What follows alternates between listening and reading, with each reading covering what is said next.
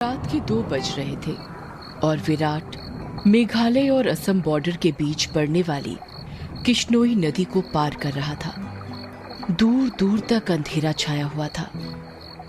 एक गहरे सन्नाटे ने किश्नोई नदी को घेर कर रखा हुआ था और उसी नदी के ऊपर काले बादल मंडरा रहे थे, जिन्हें देखकर ऐसा लग रहा था कि किसी भी पल वो बरसने वाले हैं। नदी में घुटनों तक पानी था जो धीमी रफ्तार के साथ बहे जा रहा था। विराट के एक हाथ में मोबाइल का टॉर्च था तो दूसरे हाथ में साइकिल का हैंडल। विराट पैदल पैदल मोबाइल के टॉर्च की रोशनी के सहारे नदी पार कर ही रहा था कि तभी उसका मोबाइल बजने लग जाता है। विराट फोन उठाते हुए कहता है, हाँ वन्ना बोलो। मोबाइल के अंदर से एक औरत की आवाज सुनाई देती है। कहाँ तक पहुंचे आप जी? किश्नोई नदी तक पहुंच गया हूं वन्ना। बस ये किश्नोई नदी पार की और फिर मैं सीधे तुम्हारे पास। वन्ना की घबराते हुए आवाज सुनाई देती है। क्या कहा? किश्नोई नदी पार कर रहे हो आप? और नहीं तो क्या, अब तुम्हें तो पता ही है कि बंगला मुडा गांव से रोगंका मुचा गांव जाने का एकमात्र यही रास्ता है और वो भी नदी पार करके जाना पड़ता है। आपको इतनी रात में वापस नहीं आना चाहिए था। ग्रेवयार्ड कोठी में ही रुक जाना चाहिए था। आपको पता है ना नदी के पास वो घूमती है।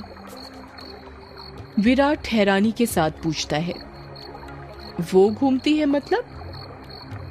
आपको सब पता है पर फिर भी आप जानबूझकर ऐसा बोल रहे हैं ना। माँ जी ने बताया था ना कि नदी पार करते वक्त उसका नाम नहीं लेना चाहिए वरना वो सच में आ जाती है। वंदना, तुम भी ना कहाँ माँ की बातों में आ गई। लगता है माँ ने तुम्हें भी यक्षिणी की कहानी। विराट अपनी बात पूरी करता उससे पहले ही वंदना घबराते हुए कहती है, चुप हो जाओ जी। हे काली माँ, मेरे पति की रक्षा करना और अनजाने में इनसे जो अनर्थ हुआ है उसके लिए माफ कर देना। अब ये कभी उसका नाम नहीं लेंगे। विराट हंसते हुए कहता है, क्या वंदना, तुम भी ना। ये यक्षिणी वक्षिणी कुछ नहीं होती, समझी तुम। ये सब बस मनगढ़ंत बातें हैं जो गांव वालों ने बनाई है और कुछ नहीं। आप नहीं मानते तो मत मानिए, पर मैं तो मानती हूँ। आप ना जल्दी से आ जाइए बस। हाँ वंदना, आ रहा हूँ, बस ये नदी तो पार कर लूं पहले। अच्छा मैं रखती हूँ। अरे ऐसे कैसे? तुम्हें नहीं लगता तुम कुछ भूल रही हो? मैं भूल रही हूँ? क्या भूल रही हूँ? यक्षिणी के बारे में याद रख सकती हो, लेकिन ये याद नहीं रख सकती कि आज हमारी शादी की सालगिरह है। गलती हो गई जी, माफ कीजिएगा। आपकी फिक्र में तो मैं भूल ही गई थी। विराट मुंह बनाते हुए कहता है, अब भूल गई थी तो उसकी सजा तो मिलेगी तुम्हें। सजा के लिए तैयार रहना। वंदना प्यार से पूछती है, अच्छा तो क्या सजा देंगे आप? तुम्हारी सजा ये है कि तुम्हें आज रात भर जागना पड़ेगा। वंदना शर्मा जाती है और शर्माते हुए कहती है, आप भी ना कैसी कैसी बातें करते हैं आप। अरे अपनी पत्नी से ऐसी बातें नहीं करूंगा तो किससे करूंगा। ठीक है, आ जाइए, मैं इंतजार कर रही हूँ आपका, जल्दी आना। वंदना फोन कट कर देती है और विराट वापस से नदी पार करने लग जाता है।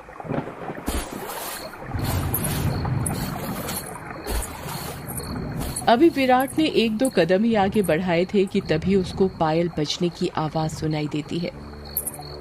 विराट को लगता है कि उसके पीछे से कोई लड़की भागते हुए निकली हो। पायल की आवाज सुनकर विराट जहां पर था वहीं पर रुक जाता है और पीछे मुड़कर देखने लग जाता है। जब वो पीछे मुड़ता है तो सिवाय अंधेरे के उसे कुछ दिखाई नहीं देता। उसके पीछे कोई नहीं था।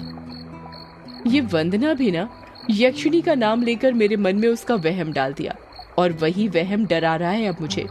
और वैसे भी मैं तो खुद यक्षिणी से मिलना चाहता हूँ। बड़े चर्चे सुने हैं उसके, सुना है बड़ी खूबसूरत है।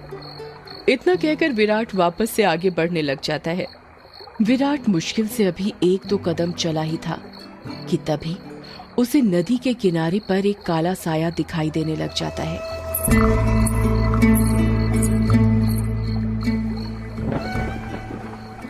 उस काले साए को देखकर विराट के कदम अपने आप थम जाते हैं। साए को देखकर ऐसा लग रहा था कि जैसे वो विराट का ही इंतजार कर रहा था। काले साए के पास से पायल के बजने की आवाज और चमेली के फूल की खुशबू आ रही थी। विराट के हाथ पैर कपकपाने लग गए थे। विराट डरते हुए कहता है, कहीं कहीं वंदना की बात सच तो नहीं थी? ये यक्षिणी तो नहीं? विराट उस साए को देखकर इतना डर गया था कि उसका पूरा चेहरा पसीने से लथपथ हो गया था। विराट के हाथ पैर ठंडे पड़ गए थे। उसका दिल जोरों से धड़कने लग गया था। उसकी समझ में नहीं आ रहा था कि वो क्या करे। विराट डरते हुए कहता है, कौन है? कौन है वहां पर? कोई जवाब नहीं आता है। सन्नाटा अभी भी छाया हुआ था। विराट अपने मोबाइल का टॉर्च उस काले साए पर मारने लग जाता है। जब उस टॉर्च की रोशनी उस काले साए पर पड़ती है तो विराट देखता है कि वो साया किसी और का नहीं बल्कि एक लड़की का था। नदी के किनारे पर एक बहुत ही खूबसूरत लड़की खड़ी थी जिसकी उम्र करीब 24 साल और लंबाई 5 फीट 2 इंच थी। उसकी लंबी सी गर्दन, गुलाबी से होंठ, बाल खुले हुए जो उसकी कमर तक आते थे, उसका गोरा बदन और उसी गोरे बदन पर उसने काली साड़ी पहन रखी थी। वो लड़की किसी अप्सरा से कम नहीं लग रही थी। वो इतनी खूबसूरत थी कि कोई भी मर्द उसका रूप देखकर अपनी हदों को भूलकर उसकी बाहों में मदहोश होना चाहे। वो लड़की अपने हाथ से विराट को इशारा करते हुए अपने पास बुलाती है। उस लड़की को देखकर विराट भूल गया था कि यक्षिणी जैसी कोई चीज भी होती है। विराट अपनी साइकिल को वहीं पर छोड़ देता है और जल्दी जल्दी उस लड़की के पास जाने लग जाता है, जैसे उसके बदन में कोई आग लग गई हो। विराट उस लड़की के पास जाकर उससे धीरे से पूछता है, कौन हो तुम और यहाँ पर क्या कर रही हो? क्या नाम है तुम्हारा? लड़की अपने चेहरे पर मुस्कान लाते हुए कहती है, नाम में क्या रखा है? जो रखा है काम में रखा है। कैसा काम? लड़की विराट की आंखों में देखते हुए कहती है, वही काम जो तुम घर पर जाकर अपनी पत्नी के साथ करने वाले थे। तुम उसे आज रात भर जगाना चाहते थे ना? क्या तुम मुझे नहीं जगाओगे? उस लड़की की आंखों में एक नशा सा था जिसे देखकर विराट सब कुछ भूल गया था। ऐसा लग रहा था जैसे वो उसके वश में आ गया हो। विराट भी उस लड़की की आंखों में देखते हुए कहता है, हाँ क्यों नहीं, मैं तुम्हें आज रात क्या कल परसों नरसों हमेशा जगा कर रखूंगा, कभी नहीं सोने दूंगा तुम्हें। इतना कहते ही विराट उस लड़की को अपने सीने से सटा लेता है और अगले ही पल दोनों नदी की रेत पर निर्वस्त्र पड़े हुए थे। दोनों के जिस्मों की गर्मी से रेत उनके शरीर पर चिपक गई थी। उस लड़की के बदन में से चमेली के फूलों की खुशबू आ रही थी। लड़की नीचे थी और विराट उसके ऊपर। विराट के माथे की पसीने की बूंद ये साफ जाहिर कर रही थी कि वो थक चुका था और उसके बदन की सारी ताकत खत्म होने वाली थी। पर उस लड़की का चेहरा देखकर ऐसा लग रहा था जैसे अभी कुछ हुआ ही नहीं था। उसके अंदर की प्यास अभी नहीं बुझी थी। विराट अपने चरमोत्कर्ष अवस्था में पहुंचने वाला था और कुछ ही पलों में वो उस लड़की के बदन पर ध्वस्त होने वाला था। तभी उसकी नजर उस लड़की के वक्ष पर पड़ती है और वो देखता है कि उस लड़की के वक्ष पर धीरे धीरे झुर्रियां आने लगी थी।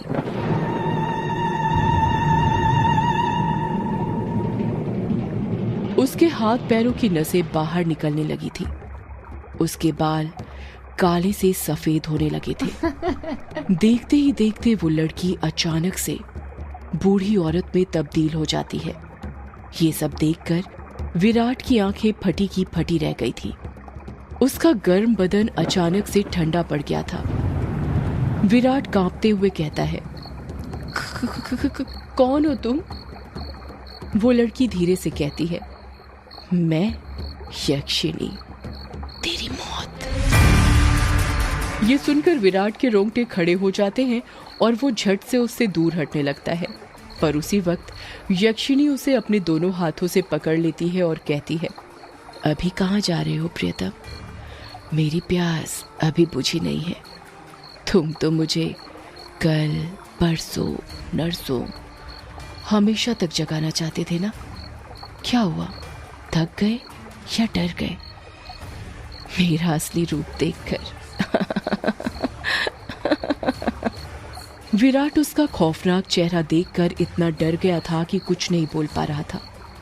उसको यक्षिणी की आंखों में खुद की मौत नजर आ रही थी। यक्षिणी गुस्से में कहती है, वासना की प्यास में तू ये भूल गया कमीने कि तेरी पत्नी वंदना तेरा घर पर इंतजार कर रही है और तू यहाँ पर मेरे साथ? तुम मर्द कभी एक स्त्री से प्यार कर ही नहीं सकते। तुम्हारी हवस कभी खत्म नहीं होने वाली। इतना कहकर यक्षिणी अपना हाथ विराट के सीने पर रख देती है। यक्षिणी के लंबे लंबे काले नाखून थे जो चाकू की तरह पहने थे। विराट डरते हुए कहता है, नहीं नहीं, ऐसा मत करो, जाने दो मुझे। जाने ही तो दे रही हूँ, भोली भेंटोला, भोली भेंटोला। इतना कहकर यक्षिणी अपना हाथ विराट के सीने के अंदर घुसा देती है और उसी वक्त जोर से काले बादल गरजने लगते हैं और बारिश होने लगती है। विराट के शरीर का खून नाखूनों के सहारे यक्षिणी के शरीर में जाने लगता है। जैसे जैसे खून यक्षिणी के शरीर के अंदर जा रहा था, वो वापस से जवान होती जा रही थी। यक्षिणी वापस से अपने पुराने रूप में आ गई थी और विराट का शरीर सूखकर सफेद पड़ गया था। उसके अंदर खून की एक बूंद तक नहीं थी, पर उसकी धड़कनें अभी भी चल रही थी। यक्षिणी अपना मुंह विराट के कान के पास ले जाती है और फुसफुसाते हुए कहती है, राम रो न राम रो, राम रो न राम रो। इतना कहकर यक्षिणी अपना खून से सना हाथ विराट के सीने से बाहर निकालने लग जाती है। जैसे ही यक्षिणी अपना हाथ विराट के सीने से बाहर निकालती है, विराट अपना दम तोड़ देता है, क्योंकि यक्षिणी के हाथ में विराट का दिल था जो सिकुड़ चुका था। अगले ही पल यक्षिणी विराट का दिल लेकर गायब हो जाती है, ठीक उस तरह जिस तरह बारिश की बूंदें होती हैं।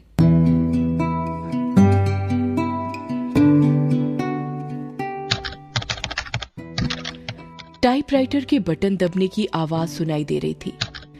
एक आदमी जो कि कोट पैंट पहना हुआ था, एक बंद कमरे में सफेद टाइपराइटर के ऊपर कहानी टाइप कर रहा था। उस आदमी ने बड़ा सा गोल चश्मा पहना हुआ था। कमरे के अंदर चारों तरफ बुक सेल्फ रखी हुई थी, जिनमें करीब 1000 से भी ज्यादा किताबें जमी हुई थी। टेबल के ऊपर ही एक ऐश ट्रे थी, जिसमें कुछ आधी जली तो कुछ पूरी जली सिगरेट और ऐश रखी हुई थी। लेखक खुद से कहता है, चलो ये भाग तो पूरा हुआ। अब दूसरे भाग में वंदना अपने पति की मौत का बदला लेगी, साथ में यक्षिणी के अभिशाप का पता लगाएगी और उसे इस अभिशाप से मुक्ति दिलाएगी। रीडर्स को बहुत दुख होगा विराट की मौत से, पर क्या करें, मौतें होंगी तभी तो हॉरर कहानी आगे बढ़ेगी। इतना कहकर लेखक एक सिगरेट जलाता है और उसके कश खींचते हुए अपने मोबाइल से किसी को फोन करने लग जाता है। फोन के अंदर से उबासी लेते हुए आवाज सुनाई देती है, हेलो कौन? हेलो जगदीश, वो मैं बोल रहा था कि कहानी तैयार हो गई है। अच्छा सर, आप हैं? क्या कहा आपने? कहानी तैयार हो गई? ये तो बहुत अच्छी बात है सर, पर बुरा मत मानिएगा सर, ये बात आप मुझे सुबह भी बता सकते थे। इतनी रात में कॉल करने की क्या जरूरत थी? लेखक सिगरेट का कश खींचते हुए कहता है, क्या कहा इतनी रात में? आखिर अभी वक्त ही क्या हुआ है? बस। लेखक ने इतना ही कहा था कि तभी उसकी नजर उसके हाथ की पुरानी सी वॉच पर पड़ती है और वो देखता है कि रात के 3:05 हो रहे थे। लेखक अपनी गलती महसूस करते हुए कहता है, अरे 3 बज गए? इतनी रात हो गई? मुझे तो पता ही नहीं चला, मुझे तो लगा अभी 9-10 बज रहे होंगे। कोई बात नहीं सर, मैं समझ सकता हूँ। आप इतनी लगन के साथ कहानी लिखते हैं कि आपको वक्त का एहसास ही नहीं होता। हाँ, ये तो है। देखना, जब ये किताब आएगी तो लोगों के रोंगटे खड़े हो जाएंगे। रात रात भर जाग कर ये कहानी लिखी है मैंने। वो तो होनी ही है सर, आखिर आपकी कहानी में जान होती है, इतनी जान कि सोए हुए मुर्दों को भी जगा दे और उनको भी कहानी सुनने के लिए मजबूर कर दे। वैसे अभी जो कहानी आपने लिखी है उसका नाम क्या है? इस कहानी का नाम है यक्षिणी, एक डायन। मोबाइल के अंदर से हैरानी के साथ आवाज सुनाई देती है। क्या कहा सर? यक्षिणी?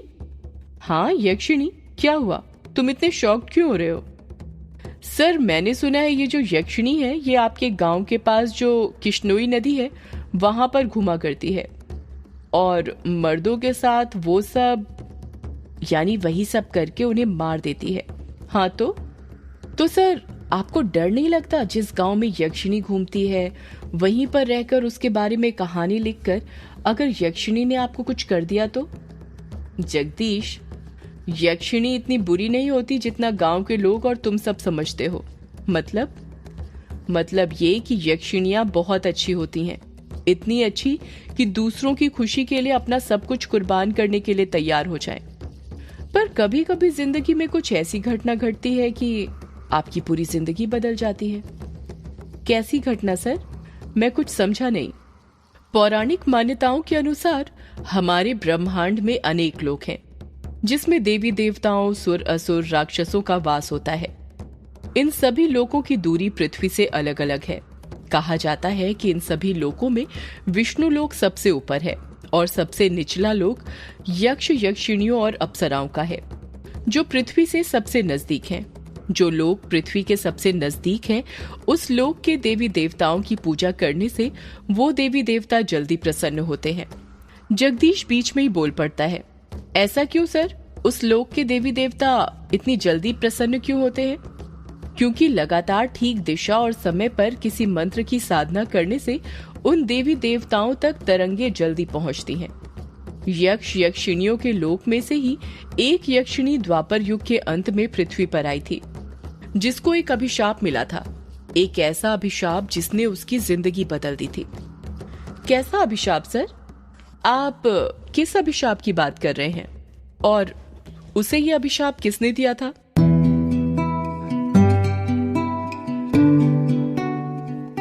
एक दूसरे लोक से पृथ्वी पर आई यक्षिणी को एक अभिशाप मिला था।